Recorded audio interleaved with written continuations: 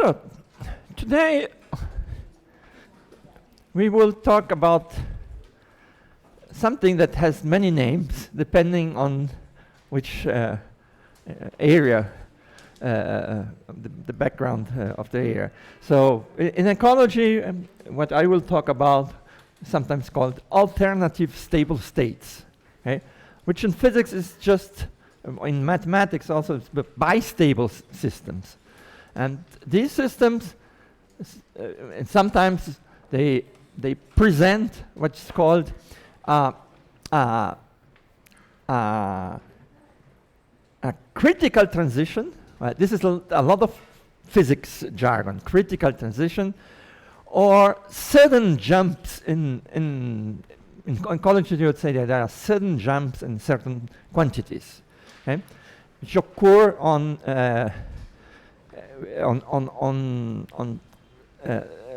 short time scales, okay? And all of this is related also with something that in physics is called hysteresis.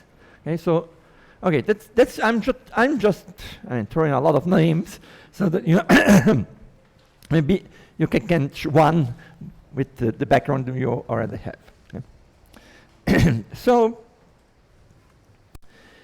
what we will be looking at, well, we will start with an example, because it's easier to make something concrete with a simple example.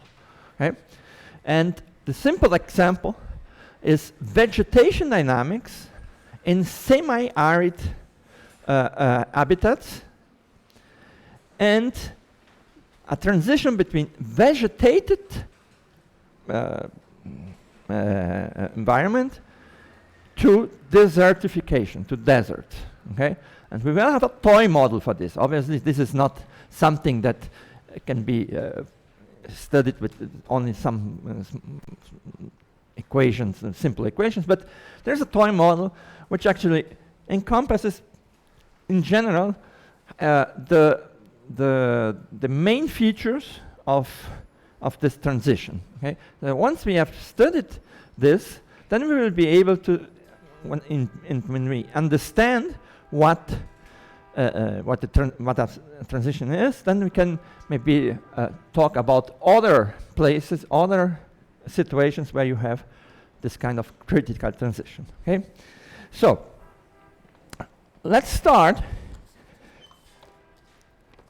by discussing semi-arid regions. Okay? So clearly, water content of soil is a resource that will drive the vegetation dynamics. Okay, it's the limiting resource in this kind of environment is water. Okay, so we will have a variable which we will call W, which is water content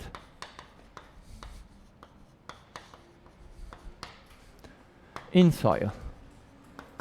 Okay. So I'm supposing that we can model this without taking into account the fact that soil may have topography. Okay? Because when you have topography, you have a certain amount of water in certain places, but it flows. So we don't want the flow. Why? Because we did not study spatial systems. And it's not a topic of our course, of this this mini course, to study effects of space on population dynamics. Okay, so I will take the case where it's space is just homogeneous in this case. Okay, so okay, and the other quantity I want to introduce is biomass, vegetation biomass.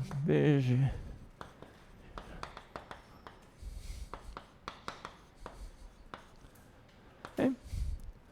So that's the case where we don't care about which species is of plants or trees or whatever.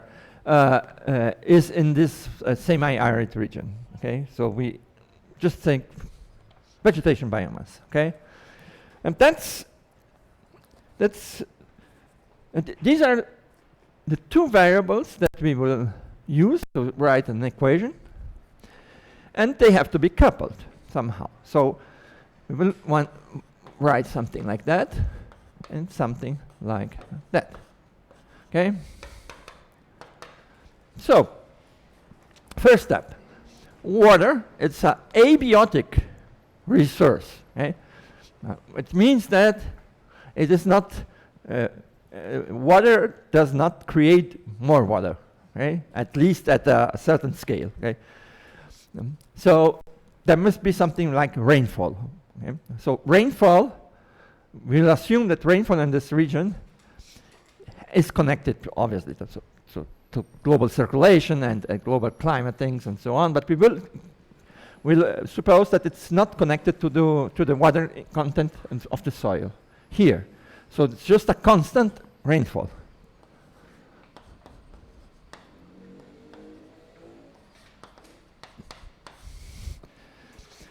Okay. So how can water disappear from this from the soil? So there are two processes. So one is evaporation. Okay? So it's just that kind of death rate for water. Okay, so if water were biotic, that would be a death rate. And instead of death rate, here we have evaporation. But then there's the water uptake by plants. Okay, so plants will consume the water. Okay, so we have to know how plants consume the water. So there must be a term with a minus sign here. And first thing, it has to be proportional to the water. Okay, if it's not proportional to the water, you would have consumption of water without even having water. Okay, so that would obviously not be the case. Now, what comes here, the first, your first instinct would be, say, put linear. Okay? Good. But this is a mathematical instinct. So instead of doing this, there are people that study actually in the lab how plants take up the water and how this depends on the biomass of the plants. And it turns out that there is a squared here. Okay? And well, you need a constant here, okay? All A, B, C are positive constants, and then this is the water uptake by plants. And here, it will be pretty much same reasoning. So that somehow the vegetation has to come from the water uptake, which is the only resource that we are considering. So it should be something like this, but not with the same coefficient, okay? There's a transformation, okay, between water and plants. There's a kind of efficiency that we also had when we discussed Lotka-Volterra competition, all of the resource dynamics and so on. So there will be some E, U squared, U squared W minus some natural death rate of the vegetation, right? So in absence of water, if this is 0, vegetation decays and disappears. Okay? So now we want to study the system. Okay, we have already done lots of calculations which to study fixed points and so on, so on. So let's take this system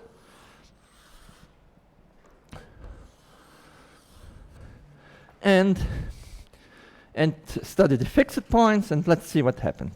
Okay. So first thing is we have 5 constants: A, B, C, E, D. Yeah. We have 3 variables that we can rescale: U, W, and T. Therefore, we can eliminate 3 constants, and at the end we will have 2 constants, which are a combination of these original constants, and we can therefore study the dynamics with less parameters, which is always very, very good for us. Okay, so in order to do this, we have to define new variables, which will be capital W and capital U, and the definition is a little bit maybe surprising. So this is E over square root of B to the 3rd MC. U is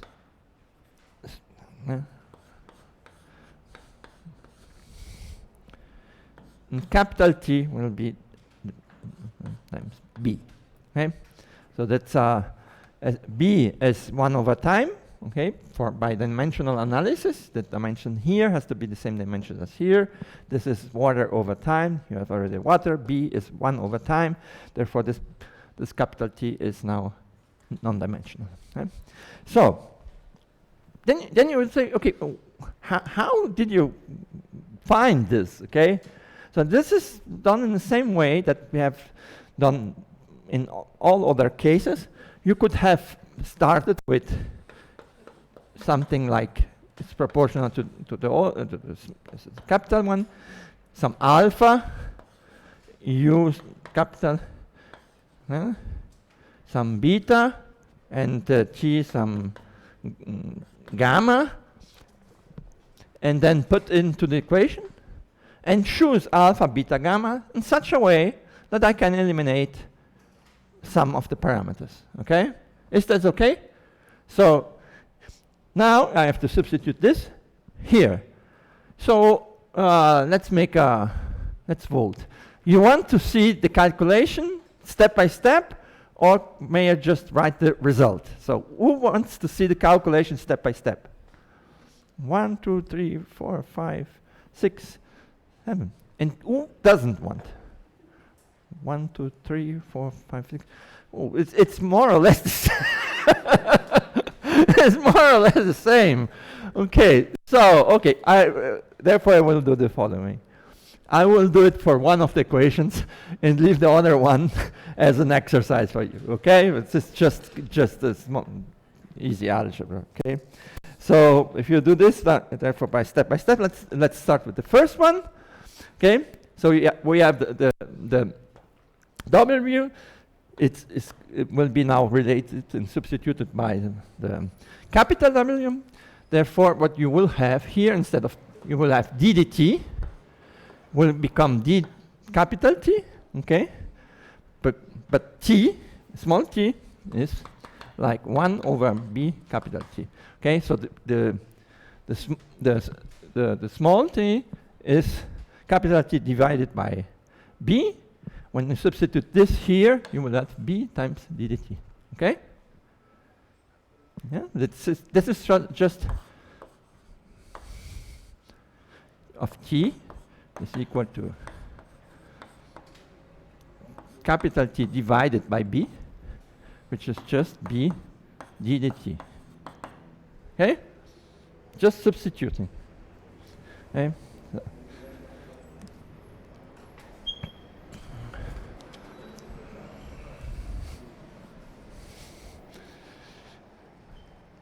Okay, then you will have the capital here instead of the small w, and it will be more w is the capital one times 1 over this. Okay, therefore there will be 1 over this multiplying here, which will give you b to the 3rd c divided by e. Okay. This will be equal to A, which has not been, minus B times this W, this, the big one, capital one,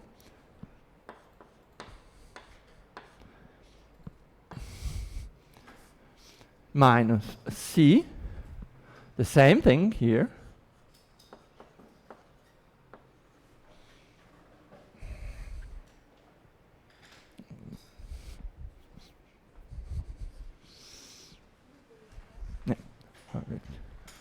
same thing here, over E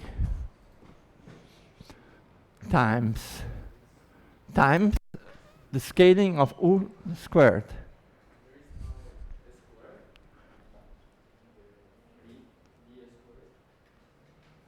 Why is it B?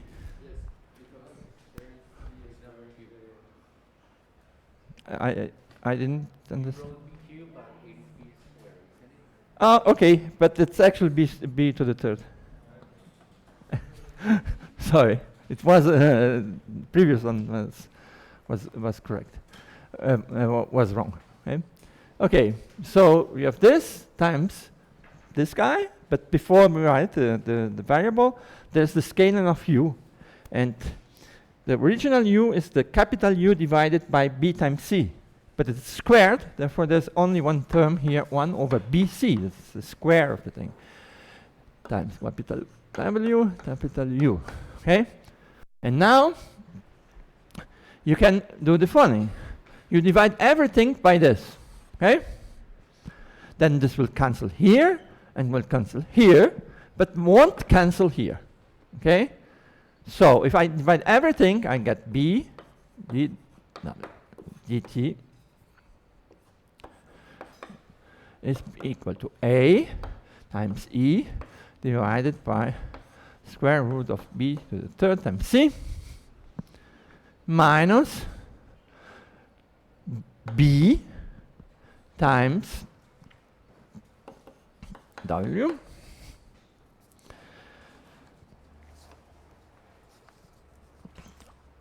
minus C times 1 over bc W U squared, sorry, here.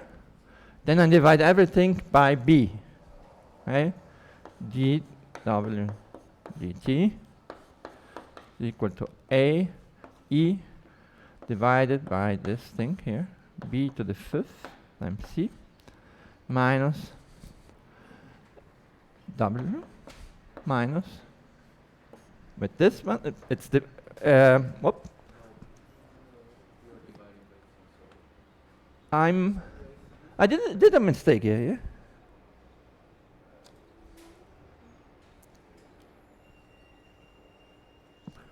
What did I do here? I did something wrong. So, oh no, okay, here. There's something missing. There's something missing. What did I do wrong here? There's the C, then there's this thing. What about these B going out of this square and B? C, C. Yeah, I can cancel a B here, but okay, I can cancel. No, because I want to cancel this with this. So it's already gone. What you have is 1 over B. But I probably made something wrong with the scaling here. Okay? But maybe it should be square root of B over C. Okay? Probably you needed a B here. I didn't notice this when I was doing the calculation. But it's exactly it. So I made a mistake with the cap here. Okay, probably it should be this. Okay. Now, C over B probably. Okay, the C we want to stay here, and probably you should have C over B here probably. So that this would give you, instead of this B here, a B here. Okay? So, or maybe I made a typo or I just missed it. Okay? So, sorry. So, anyhow, this B has cancelled with this B, and now here this has already gone with this one. The C goes with the C, and the B goes with the B, and therefore there is no term, no constant in front of it. Okay? And then this you call A. Okay? It's a combination of constants which is proportional to the rainfall. It's a measure of the rainfall intensity. Okay? So, sorry for the mistake with the scaling. Anyhow, what we achieved here is that we had 1, 2, 3 constants, and now we have 1 constant here and no constants here. Okay? Then you do the same reasoning for this case here, okay? And then you will have something that I will only write the result, which will be something like du. Okay, let me write the equations that we will analyze. Let me transpose this here. So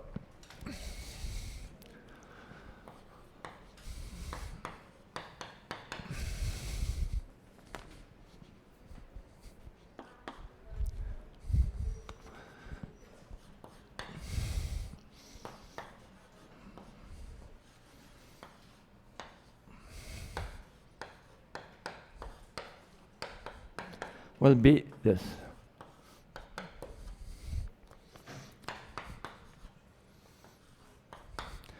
Where B is also a combination of parameters, which I forgot to write down the, okay.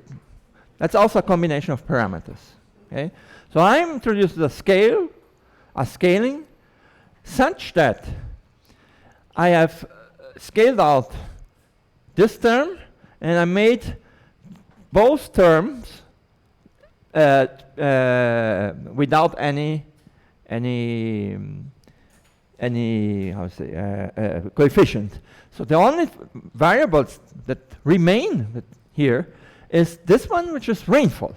Essentially, it's a scaled value of the rainfall. So A increasing means it's an increase of rainfall. Okay, and this guy here, it clearly is connected to the death rates of the vegetation. Okay, so we have only 2 parameters, and 2 parameters that can be interpreted in an easy way. Okay, because they are parameters that rainfall and death. Okay, so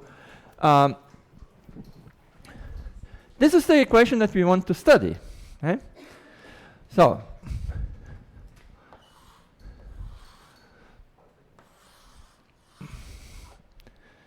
okay, is this okay for you? I mean, I usually don't do any scaling.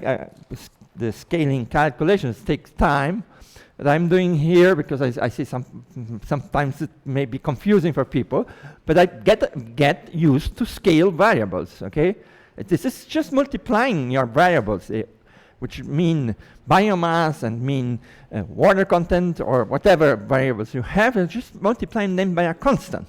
In a constant, then you can choose arbitrarily, and you choose it in such a way that your system of equations has less parameters. You can choose it in a way that, okay, now we have only some combinations of parameters, because I can choose the scaling such that the parameters in front of some of the terms will be 1. Okay? So that happens all the time. And why is it important? Because we want to explore how the solutions on the fixed points, or the solutions in general, but we'll look for fixed points here, okay, depend on the parameters. Okay? But what we discover here is that we can do it in such a way that we have only 2 parameters, which is a space of parameters with only 2 parameters instead of 5. And if you had 5, then then you have to explore 5 directions. It's much more complicated. So having only 2, it will turn out that at the end, only A will be very important. But anyhow, A and B are the variables, which are combinations of the regional parameters, parameters that will determine the qualitative behavior of the system. And then if you want to say, no, but I wanted this to be in variables because I don't know, some model for some situation, and I want to see if the model corresponds to some data, and my data are not scaled, okay? So you either scale your data also, or you just do the backwards your results by scaling from the capital ones to the initial values, okay? So you can scale from one variable to the other. You do the mathematical analysis in such a way that it becomes simpler, and if you want then to go back, you just scale back, just multiply again, and then you get again the original variables, which are variables that are dimensional. Okay? Yeah. Where's the?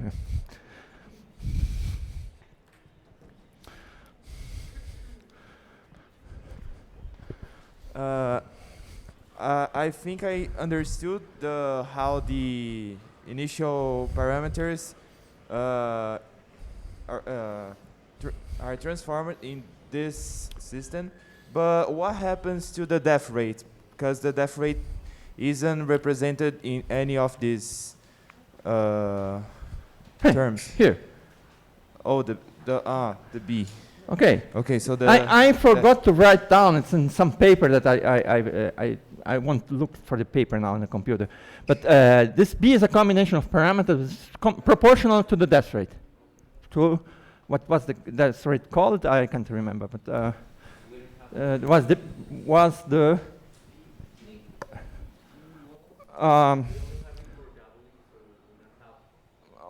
okay. It's not written anymore here. The original one. So that was this D. Okay. So when you did all the calculations here, then you had this death rate here. I think it's just D over B, if I'm not wrong, but you can check. So it's a non-dimensional death rate now, because, okay? Yeah. This A, this uppercase A, you say that it's something related to rainfall, but also it's related to the variable E and to B and C. Yeah. So what's the biological meaning of this? There is no biological meaning, right? There is. The point I want to make is usually what you have here will be, you have a combination, okay? Whole combination, a lot of parameters, okay? It's written somewhere, okay? So it depends on all these things, okay?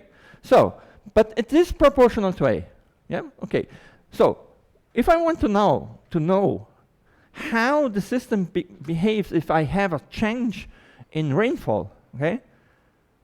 Okay, I will look for this system in function of rainfall, and we know that if the rainfall is 0, somehow you have to have a desert, okay? But if the rainfall is has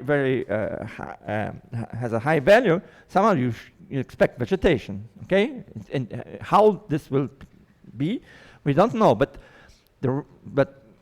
when I say I want to see how the system depends on the rainfall, it's the same as modifying A, okay?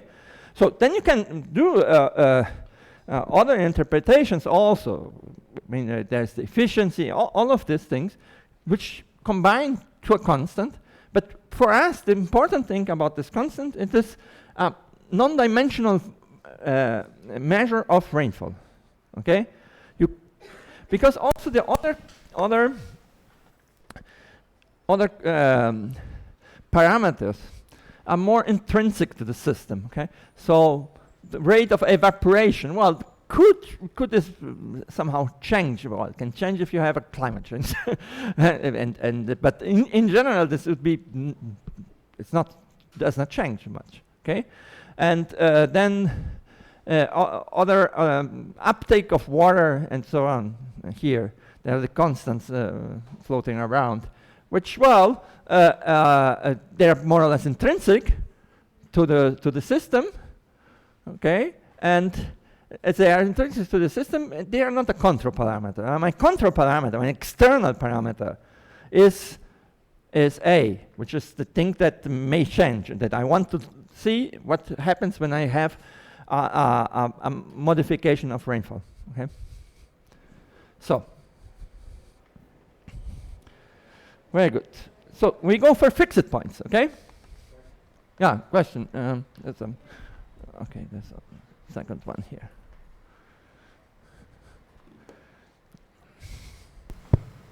But if I run a simulation, I would use the first equation, because we have, if I want to see a change in the just rainfall, I want to vary just A, not the big A. No, but if you variate A, you are also varying A big, A capital. They are proportional. There's just one number. It's proportional to the other number. And there's a proportionality constant, which is all this combination of parameters. Okay? So if I increase A, and I say in small a is increasing linearly, okay, with time. Every century it goes a little bit higher or down or oscillates or whatever. This means that if A goes linearly with time, capital A also goes linear with cap, because it's just proportional to it. Okay, it's directly proportional. Okay, and obviously you could have things on very long scales and saying, oh, maybe the processes of uptake is different and so on. But we are not considering this. Okay, the other variables being able to, you could have that these other variables maybe are variable, no, there's other parameters, maybe they could change due to some strange things like, I don't know, yeah, they can change because of the properties of soil can change. Over a long time, maybe this would be true, okay? But in this model, we don't take this into account, okay?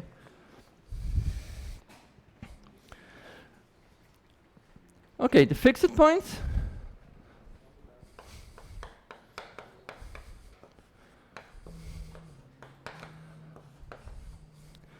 Will be given by A minus.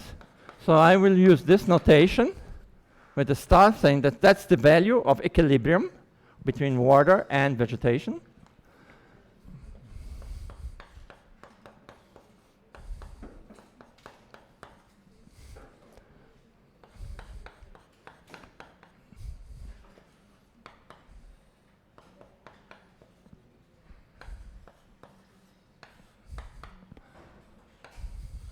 Okay, equal to 0. Okay, so then you can solve this. Okay? And there is an obvious solution, which is U equal to 0 and W equal to A. Okay, so one solution is U star equals to 0 and capital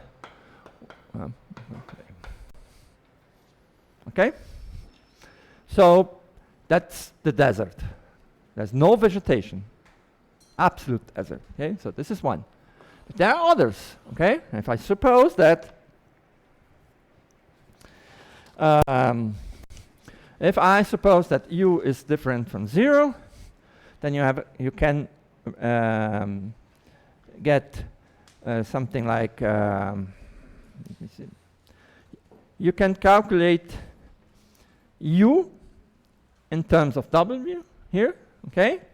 So, okay, you would say, then I can cancel one of the U's. I would have W times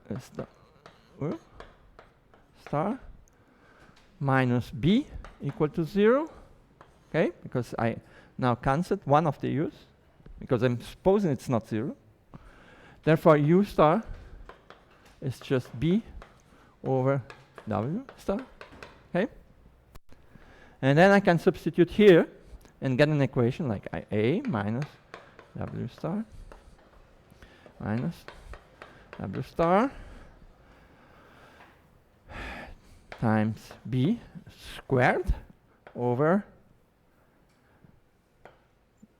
oh, I made a mistake. Again, I'm doing too much mistakes, yes.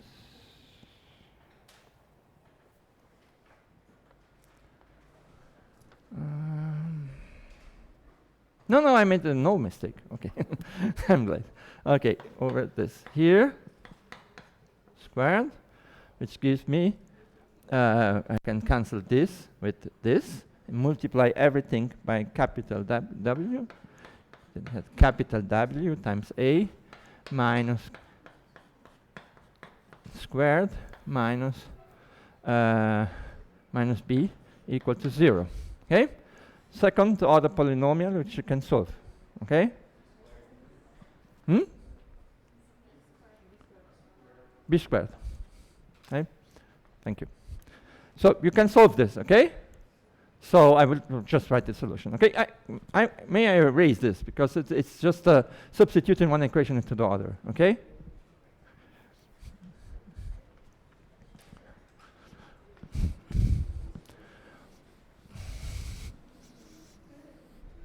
So you will have, therefore, it's a second order polynomial. You have two solutions. Okay, okay, given by the traditional formula you had in high school. Okay, so you have, we'll have U star equal to 2 times B divided by A minus square root of A squared minus 4 times B squared, and W at this case is A minus square root of A squared minus 4B squared divided by 2. This is 1. And the other one is exactly the same, but with different change in the minus for a plus, okay? So 2b divided by a plus square root of a squared minus 4b squared, and w star is equal to a plus a square root of a squared minus 4b squared divided by 2.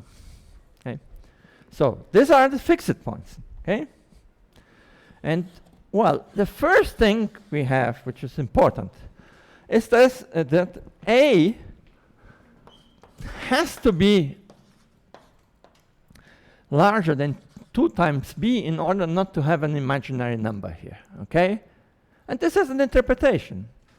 Okay? We can have an interpretation for this because it means that the rainfall has to be enough to overcome the natural death rate of the vegetation, okay? So these solutions only exist if this is. I mean, they exist mathematically as imaginary numbers, but as complex numbers, but there's no such thing as a complex solution for water and vegetation. So you need this, okay? If you don't have this, you have only one fixed point, which is desert. Okay? But now, remember, think about this here in terms of these variables, okay? For a given set of variables, okay, I will have a fixed point, which is the 0, which we can show to be stable. Okay, 0 is always stable. Okay, I won't do the calculation, but you have to consider that these parameters are small, and then you can show that, that these variables are small near 0 and near a. Okay, and then it's easy to show that this is stable, yeah. Because if I take W, the water content, to be very small, no, sorry, to be near the fixed point, which is A. Okay?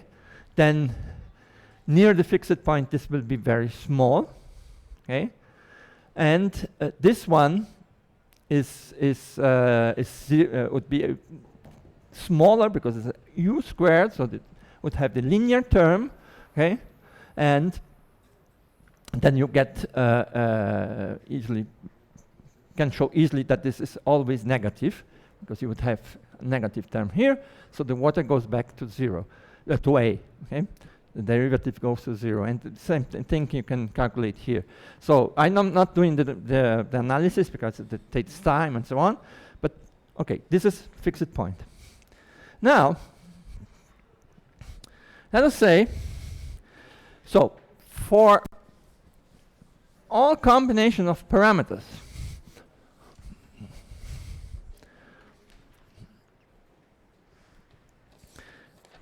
you have one fixed point and two others. Okay? So remember now, we have done this kind of things.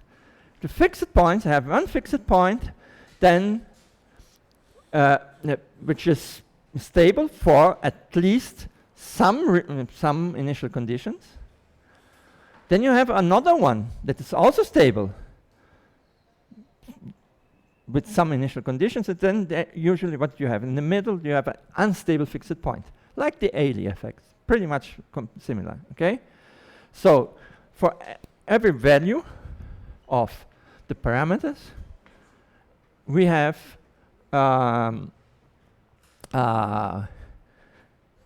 three fixed points. In principle, three fixed points if A is if it's ranged sufficiently.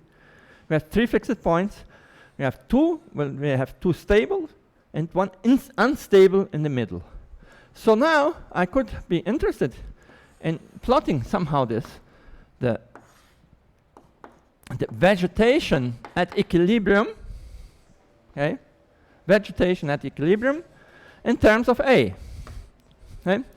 Well, I know that if A is equal to 2 times B, this 0 is the only one, okay? Fixed point, okay? Because these two don't exist because of the negative square root. Okay? And now you can plot once A is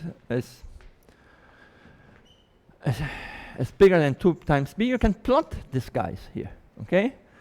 And what you will get if you do the plot is what you will get, okay, let's use the same color here. You will get here something that's just like this. It's not, it's always increasing, sorry. It's just like this. And an unstable fixed point, which will be, I will plot it differently, which goes like this. Okay? And this is okay, okay? So now you have here, you have this fixed point, which is 0 is always stable. And you have this one, okay? And here I draw a line where the unstable fixed point would be, okay?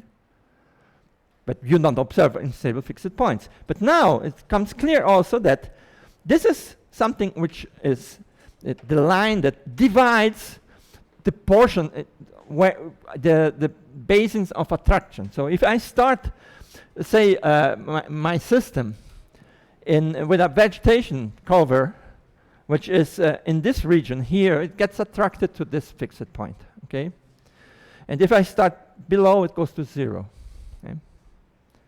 So this region here, from here to the infinity, you have 2 fixed points that are separated by 1 fixed point, okay? Unstable fixed point. Okay, so you have desert and vegetation cover, and the important thing with this example is that this here is a polynomial that has a certain value here, but it's not equal to 0, because you could have something like this. 0 and then something like this. Okay? Could think about this. Okay? But turns out that it's not. Okay? If you plot this, take some, use some plotting program, even Alpha. Wolfram Alpha can do this. So you get this here.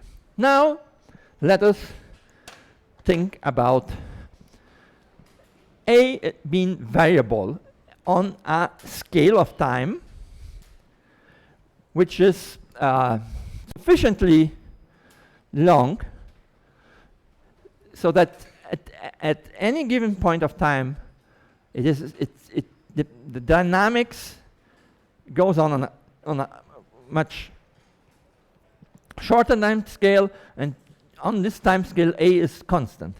But then you can vary very slowly A. Okay? This would be like varying A over scales of time where at any given point the dynamics doesn't fill the variation of A. Okay? So doesn't fill in why I'm saying this? Because if I say A is a function of t, you don't have even no fixed point at all. Okay? Because this is it would be a system which has a time-dependent parameter. Okay? What I'm supposing is that I can have situations. I can do this mathematically. I don't want it. This is connected to 2 time scales in the system. Such that I can consider this A constant, but I can consider also that over large time scales A is variable. Okay. So what I want to do is I'm say here, which corresponds to some value A here. Let's say A0. Okay. Now suppose that rainfall is decreasing over centuries. Okay. So it's decreasing. Yeah. So it slowly decreases means that you will have a decrease in the vegetation cover and these values here. This is the equilibrium vegetation cover. Okay? So you decrease until you come to this point. And then you jump to 0. You know, if you pass this here, it's over. Desert. Then what could happen? Oh, rainfall increases again. Okay? So rainfall increases again, you go here. But you are in the basin of attraction of 0. So it's not reversible. Okay? 0 is always stable. So you can put the rain, but 0 is always stable. Okay? So this is the simplest model of desertification. You know that desertification is a process that should not be easily reversible. So if you have a variation in the rainfall, okay, then you see a slow variation, a slow decline in vegetation up to a point where you come, and then you have a rapid jump to the non-vegetated fixed point. Okay, so this is typically what you expect with this kind of system. That has 2 fixed points separated by an unstable fixed point. Okay, so let me show you just a classical figure. Let me see here.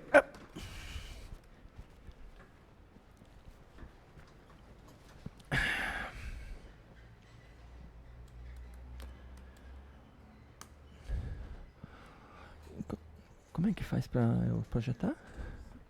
Vocês podem me falar até? Não, tá bom. Okay, that's not what I want. I want this one. So this is an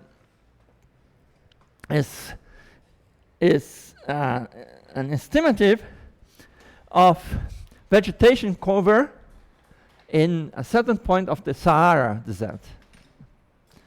Okay, so you see there was time around here, before our era, like 5,500 years ago, you had a vegetation cover which slowly decreases, and on a much faster time scales goes to this point, okay? And then you have a desert here. Okay, it's not a complete desert, obviously. You don't expect that such a small model here would get you to very realistic predictions, because the desert there are some shrubs, and then, okay? But you can do this, you can look at this, and this is typically what you expect when you have a shift, catastrophic, sometimes it's called catastrophic shifts, okay? Happening on a very slow time scale, okay? And very, very short time scale, shorter than the point here is that, you see, the decline was happening, but it goes like more or less continuously, and then whoop, falls down, okay? So mathematically, this here is the effect of this U squared, okay? Just imagine it's were not U squared, then you would get something which is not a second order equation here. You get the linear equation, and then I don't know what happens, but you don't have. So it is a typically effect of uptake being nonlinear. Okay, so and you could do things like, suppose it's a function of U here, arbitrary functions, okay? Then you could try to study what happens if the uptake is a little bit different and so on.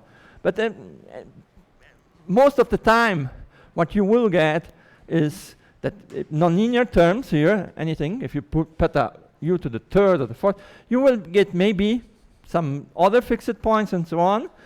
But at the end, you will have something like the zero is always stable, and then you have other fixed points, okay? Yeah. The mic, here we have one mic, okay. Okay. Okay. And the vegetation covers fixed point, like in the up? Yes. It's stable or no? It's stable. It's stable. Yeah, that's it. This is stable, but this other one is unstable. You have at every value of A, you have the zero is stable, and the vegetation cover is stable, and you are separated by an unstable fixed point. And that means that this here, if I started with a U at some value intermediate here, which would not be a stable fixed point, I mean, it would evolve in time, it would be attracted to this one. Okay. If I start here, it gets attracted to this one. Okay? And that's why you cannot reverse, because this one is always. If we, I don't know if it's possible, but if like we have an like extremely increase in the rain and goes like up there, so it's possible then to. No, that's the point. Say you crossed here and you get to desert. Okay, this point here is stable. Okay, so you go back here to this point, but you are here in this part, which is a stable fixed point. You perturb it, it goes back to the, so it doesn't jump back. Okay, so are there situations where you have jump backs? I will draw something which that would be like this, which is more realistic, actually, but you need a whole new model. It would be something like this. You have the zero here. You have something which is the unstable. So this is here. Then you have something like this, and where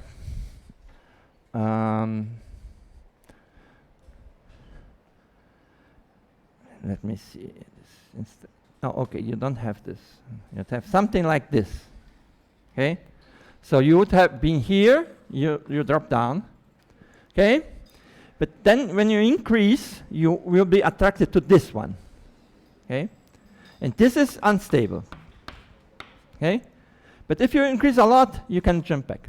Yeah, I would ask exactly that. Like, if we the rain increases, and then somebody goes there and plants something, and okay, goes yeah. with, we Yeah, have I a understand what you basil. say, but this is tricky. I mean, it would be reforestation of.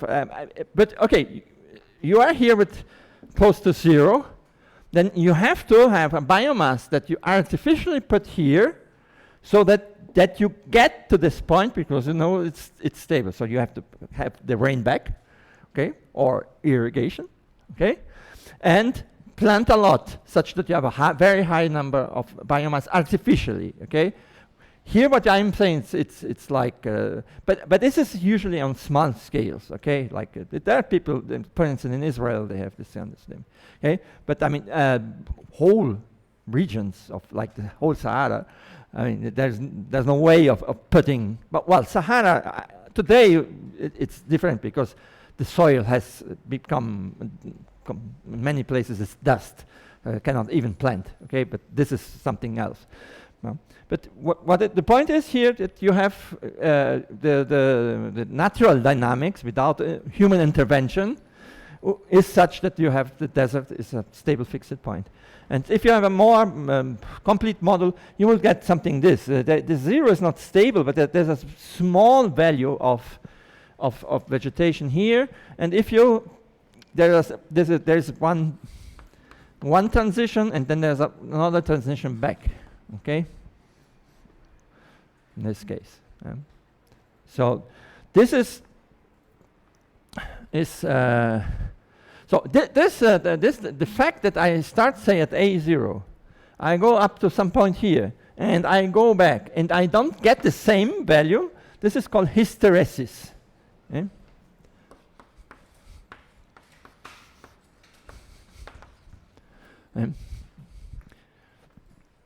You have a cycle of your, you start at a point of your parameter, you go away and go back, but the system doesn't go back where it started. This is hysteresis. Okay. So, okay, now let's go beyond deserts, okay, and let's play with the concept. Okay? So I will play with a non-biological concept, just some small particles in our potential. It's very easy to understand, I hope. So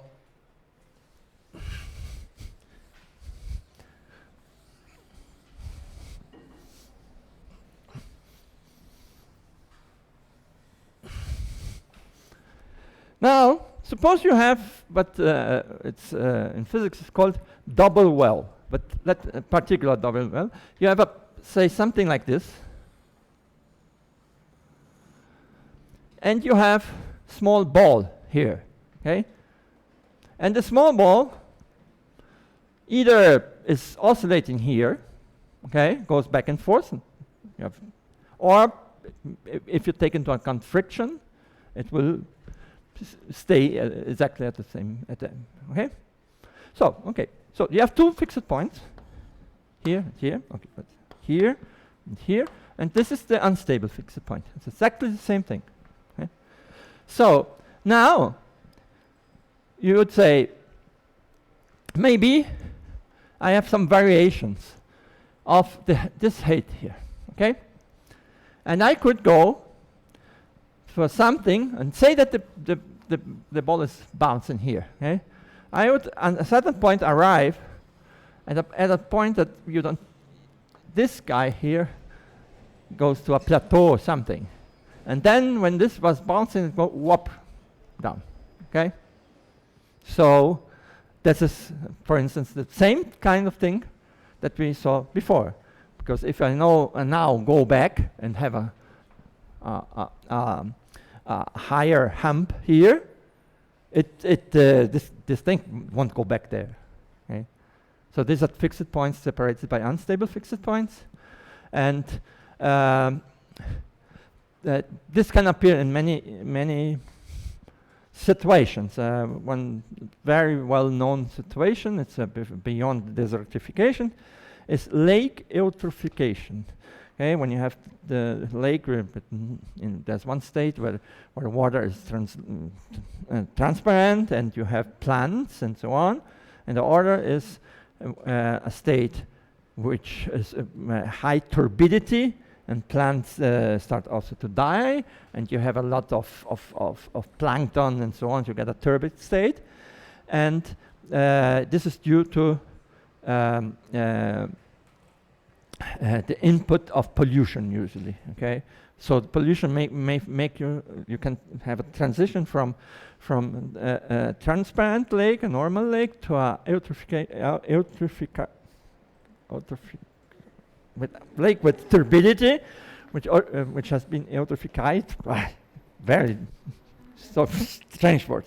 Okay, so you got back and you get to, and then you say, okay, oh sorry, let's turn off the pollution. Doesn't go back.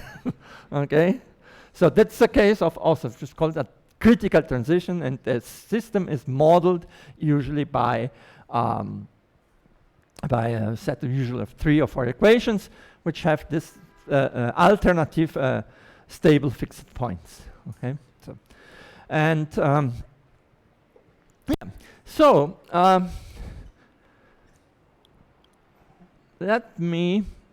Okay, one further thing, and then I will give another example.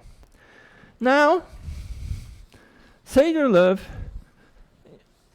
your system, whatever system you have, and that has this property of having 2 fixed points separated by 1 unstable fixed point, and we will do this just by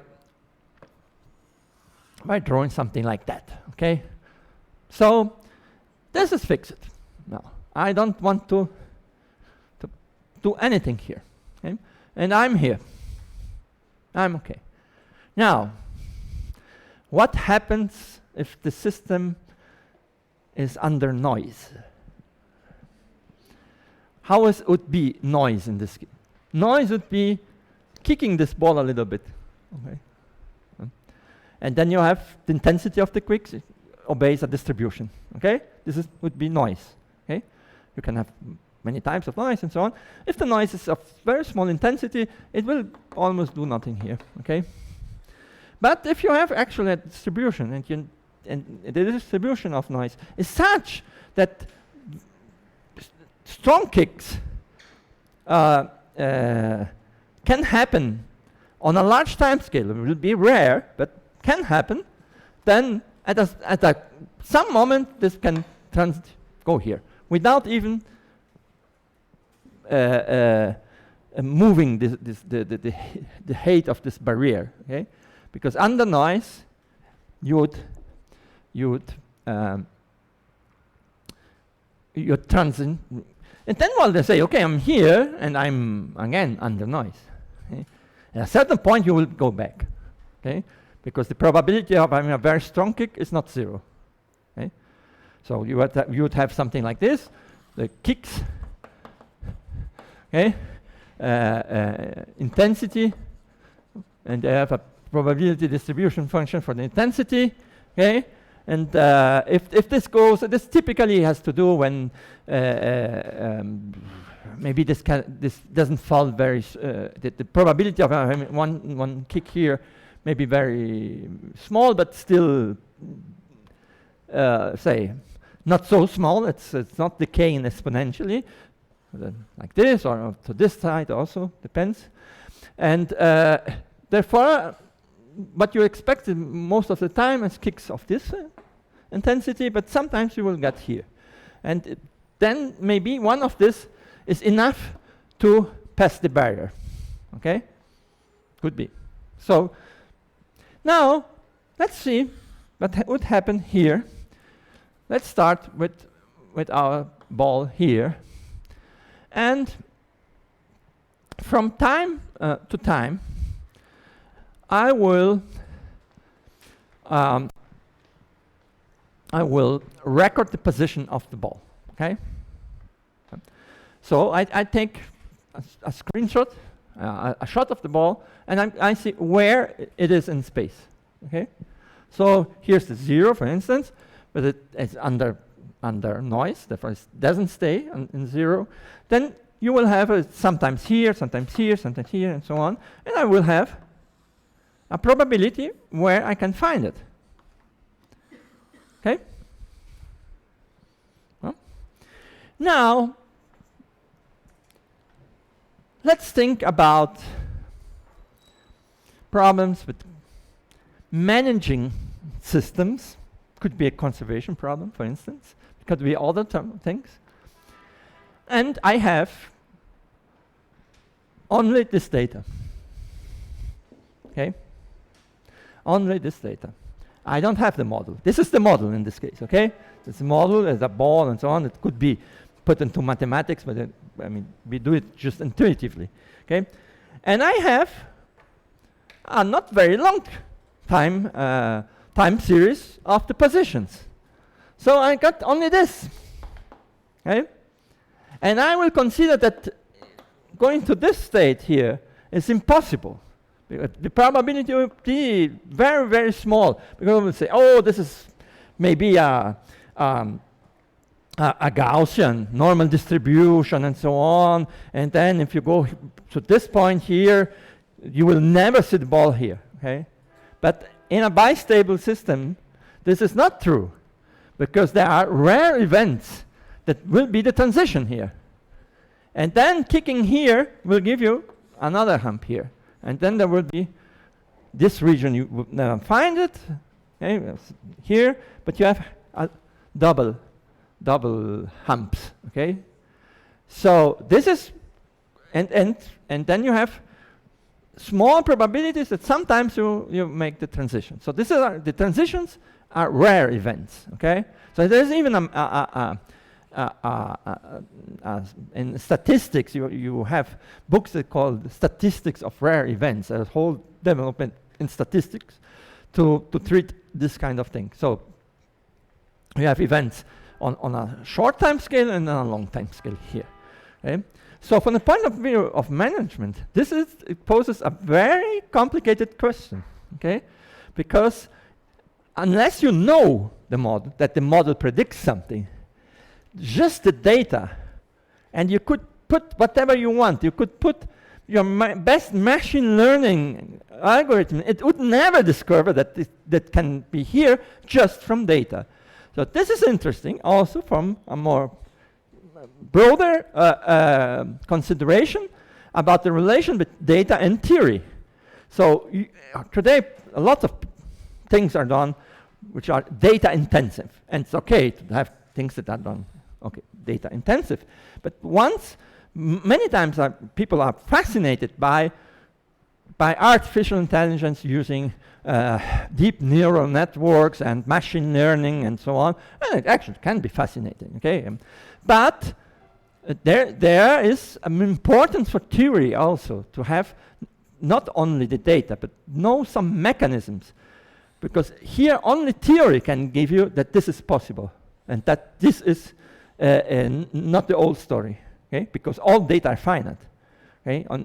In this case, in time, okay? You have time series, the time series is finite, okay? Maybe you have never seen a transition, and therefore there's no way of getting this information out of purely of data.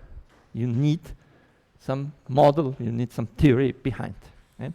So, let me show a case, which is actually a work I did with two good friends about one of these kind of transitions, okay? So you know that in 2013-14, here in the region of the capital of São Paulo, we had a very complicated situation with water supply due to small amounts of rain in the previous years, and at a certain point in 2015, we had almost no water in the famous Cantareira system, which is one of the systems that supplies. Here's the biggest one. And then it started to rain.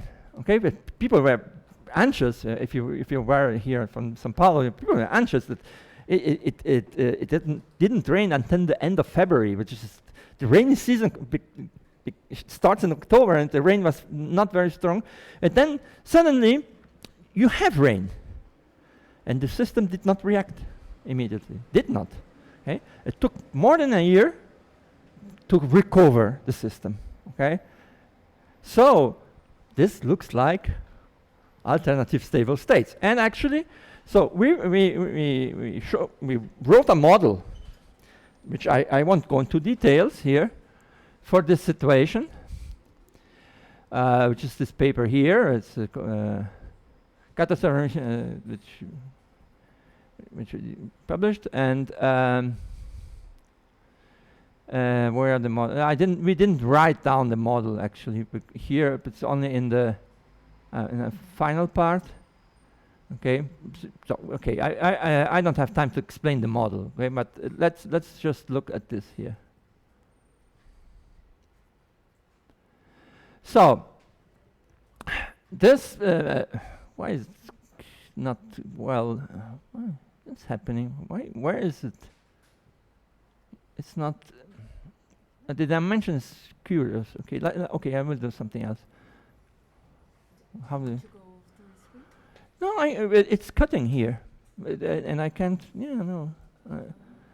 I think I have to get out of this. It's not even moving correctly, or so on, and it's okay. I think we have to maybe go back and do this in this way. Okay, okay. So look at the bottom one. Okay, the bottom one is the water flow into this reservoir called Cantareira, and the gray is rainfall. Okay, I think this is averaged over weeks, or I can't remember exactly now, or it's daily rainfall.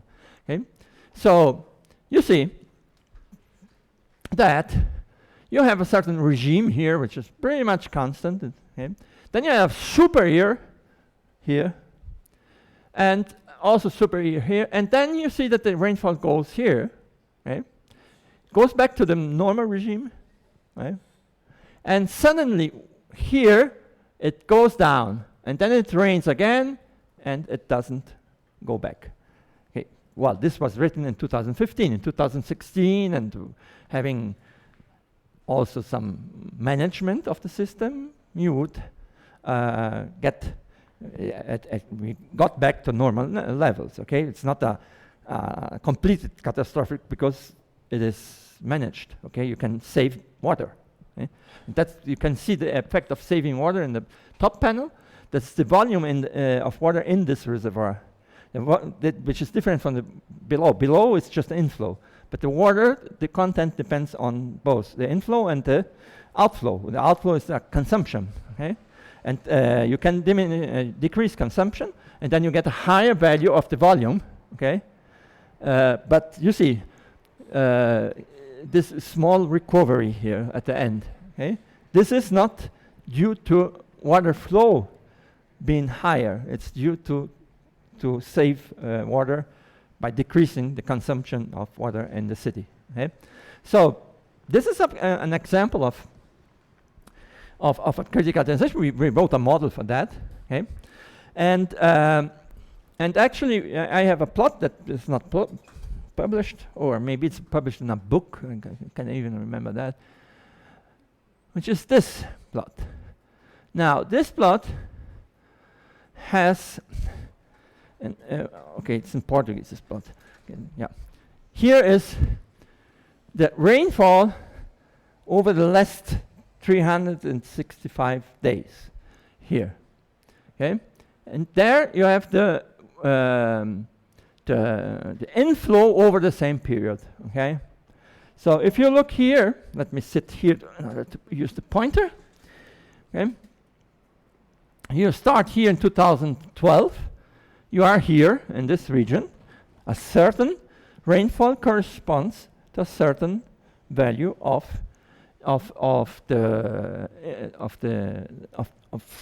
inflow into the reservoir. Okay, well then if you actually got to smaller values of rainfall. You see here, you have years that are drier, but at the beginning it was just proportional. Okay, it didn't happen any disaster. It was just less water, but the variation in water just corresponded to the variation of rainfall. Okay, naturally. And then when you get a certain point here, which will be around 2014, you get this rapid transition. Okay, you get a rapid transition. 2013 you were here. In 2014 you got here, and then it started to rain again. But you go back, not directly here. You go back by a curve that's below here, okay? And then at a certain point you transition back, okay? So this is the effect of the relation between soil composition, how dry the soil is or not, and how this affects the actual flow of water. Okay? Because you have a situation sometimes that if the rain is small, the rainfall is small, then most of the water is retained in the soil because it's not saturated, the soil with water. It has to saturate and then has to flow. Okay? So you need a certain rainfall value in order to have flows. Okay? So this is a practical example of where you have a hysteretic cycle. That's called hysteretic cycle. Okay? So, and yeah. But then from the point of view of management of the systems, there was a debate, because actually when we published this paper, a newspaper, Estado de São Paulo, wrote a whole story about the paper, and but saying that it was bad management by the company that managed the Sabesp. Okay, and obviously that the president of Sabesp didn't like it, and and yeah, this is a small story again. So what we knew later is that, well, that the people from communication and were trying to refute things based that we have no knowledge of hydrology, okay, and that kind of personal attack on the three authors, okay. But for the president of Sabesp,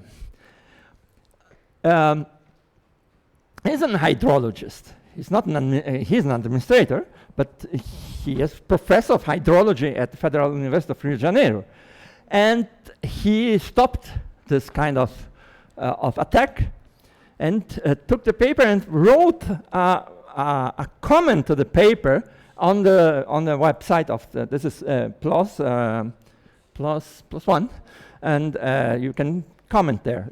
It's not an edited comment. Sometimes you have comments that go through editors. Now, you can write anything there. The plus allows you to this. And I wrote the whole thing, but then a lot of people responded to him also. And we said, we did not say that's your fault. We are just saying that there's a lesson to learn here, that this kind of situation, which is rare, can happen. And if you had models and so on, maybe you could know better of that there are transitions in the models. So once you know that there are transitions, then you have to have management different from the usual management, which in this case would have been because there are other reservoirs. And the whole point is the other reservoirs, there was one that was full of water. Okay? They were not connected to the other one. Okay, so one reservoir delivers water to a certain part of the city, which in this case was the northern part, which were almost completely dry. The southern part of the city, there was another reservoir which was not dry, but you have no connections. So one thing to do in this case is to have to build connections which can be used in if you have a transition in one of the reservoirs, you can use the other ones. Okay, so can do this. So this is kind of techniques that are called management under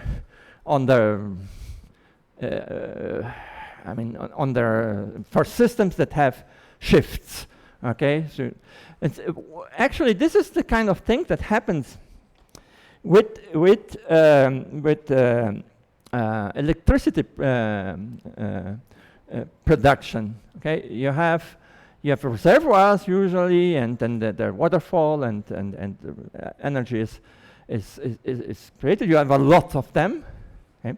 But they don't provide electricity only for the city nearby. There's something which is the national integrated system of electricity distribution. Now, if you have a problem with one of your with one of your reservoirs, you have a drop, and you cannot produce enough energy, or you have to stop because if the level is too low, you cannot run your engines and so on. But you have the other ones. Therefore, the management, you can have a better situation because you can use options. Okay, so in general, not, but in many cases, this can be true for other systems also. Okay, we studied these systems, and in the case, the solution would have been previously having had some connections that could make some parts of the system not relying on only one source of water. And you can think of this kind of situations also, for instance, in conservation biology, and this kind of situation. If you have knowledge of the fact that there are alternative stable states, although the things are rare transitions, for instance, management of lakes, right? Then if now people know that eutrophication happens, right? So, but if you say I only know my lake, I don't care about other lakes. It's always been a nice lake, okay? And then next day you get all the turbidity, okay? So knowledge of the dynamics could have prevented this. Now, there's a different thing now. Knowing this, and pretty much related to desertification changes,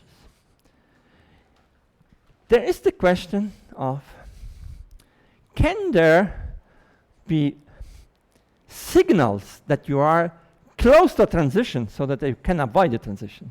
This would be nice. Okay? Anticipating the transition. So there has been a lot of work on that. Okay? Which is early warning signals of catastrophic transitions. That's even a name of a paper in there, and so on. So, well, one thing is, if you go back to the what was proposed, is you have here this thing, okay, and you have a time series for the ball, okay. So it goes up. When you get to the transition, you would have something like this. Okay, where is the chalk? Okay, over time, you would have the position of the ball, okay, kicking around, going up, step, up, up, up, up, up. And then when you get a transition, you suddenly go here, okay? Yeah. So this time series is super autocorrelated, okay? So increase of autocorrelation function, step 1, could be seen as maybe this is close to a transition. Well, this is the easiest idea, but it has been pretty much criticized also, because in practice, it's a warning, but it's not early. It's already has set in, okay? And then you cannot avoid it anymore. Okay? So the variation in practical situation, the increase of the autocorrelation function of a certain variable, okay, near the critical point, you could in theory think, okay, it's slowly increasing, okay, better do something, okay? But usually this is noisy systems and so on, so this increase, you know if the increase is real or it's just something exceptional happened at a certain moment of time. So under noise, you have to wait to have a trend in your autocorrelation function, which is usually too long in order to take actions. So didn't work well. For the desertification, there is one thing which is nice, which has been observed, and there's theory, and even Ricardo is a specialist on this, of vegetation cover dynamics, is taking into account space. So now, say you have a situation like the one I described of desertification. I have vegetation cover, but slowly decreasing. Okay? So at the first time, I could say, oh, good, nice, vegetation cover, everything's covered. Okay? But then I decrease. Okay? I start to get things like stripes. It is not homogeneous. These are Turing patterns. It's not homogeneous. Okay? So then you have vegetation here, and you have already some desert here, and so on. And then you get here, and you get the things like that. Here you have vegetation, and outside you don't have. So yeah, clearly approaching a critical point. Okay? And so for the vegetation dynamics, this is one possibility. Now, there is desertification going on. Right?